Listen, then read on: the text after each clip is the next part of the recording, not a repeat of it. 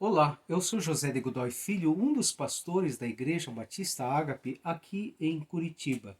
E o texto para a nossa reflexão de hoje vem de um longo trecho lá de Gênesis, capítulo 42, dos versos 1 até 50, versículo 21. No vídeo passado abordamos o perdão de José aos seus irmãos. Hoje gostaríamos de refletir sobre a culpa dos irmãos de José. Depois de algum tempo, os irmãos de José vão ao Egito e se deparam com o seu irmão, o qual ocupava nada mais, nada menos do que a vice-governança do Egito. Imaginem os irmãos de José se deparando com aquele que tinham vendido como escravo. Chamo essa viagem dos irmãos de José ao Egito de a viagem da culpa. E é sobre esse tema que gostaria de refletir com vocês, a viagem da culpa. A culpa, desde o momento em que ela se instala em nós, até a sua remissão total, nos faz peregrinar por uma tenebrosa viagem.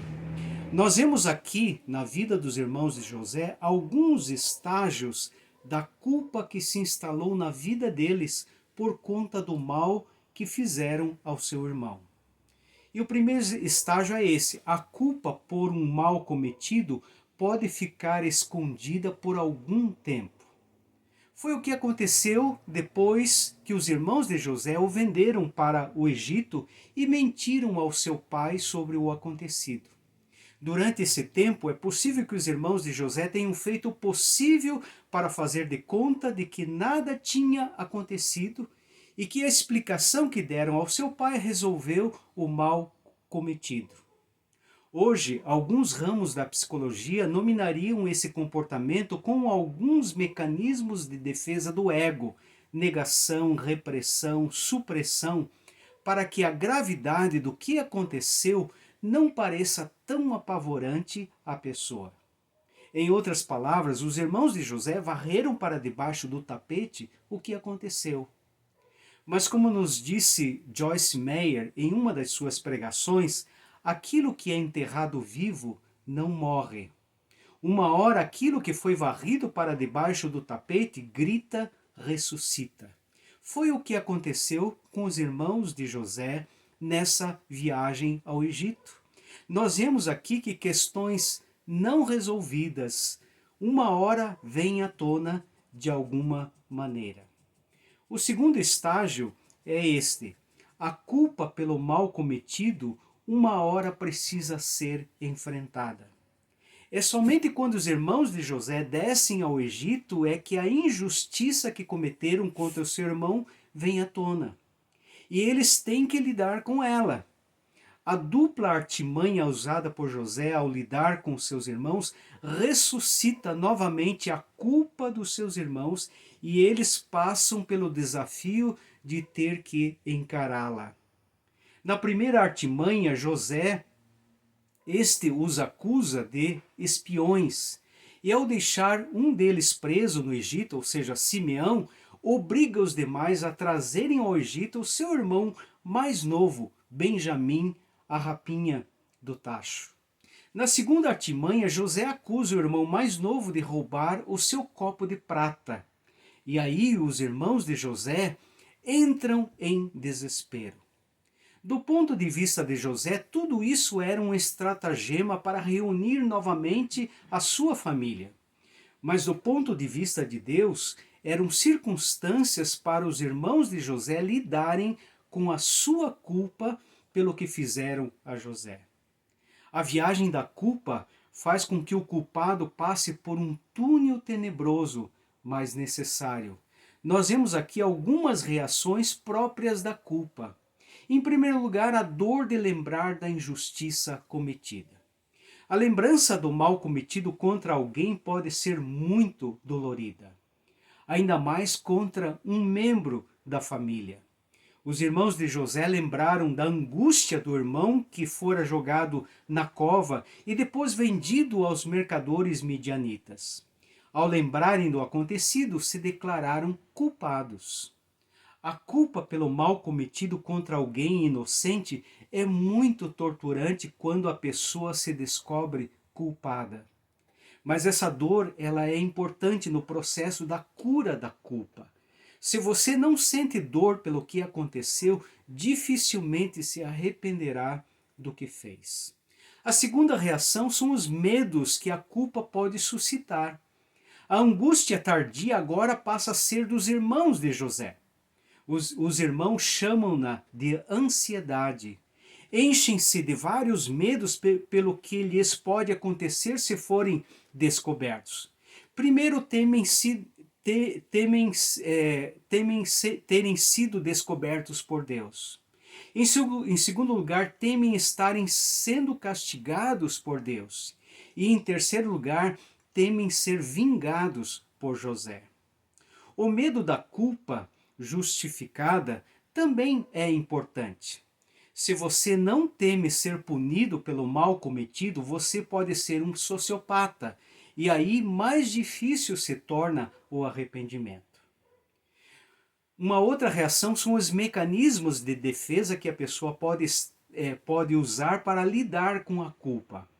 Além dos medos que assaltam a vida de uma pessoa que se sente culpada por algum mal que faz, algumas pessoas podem lançar mão de alguns mecanismos de defesa ao lidar com esse mal.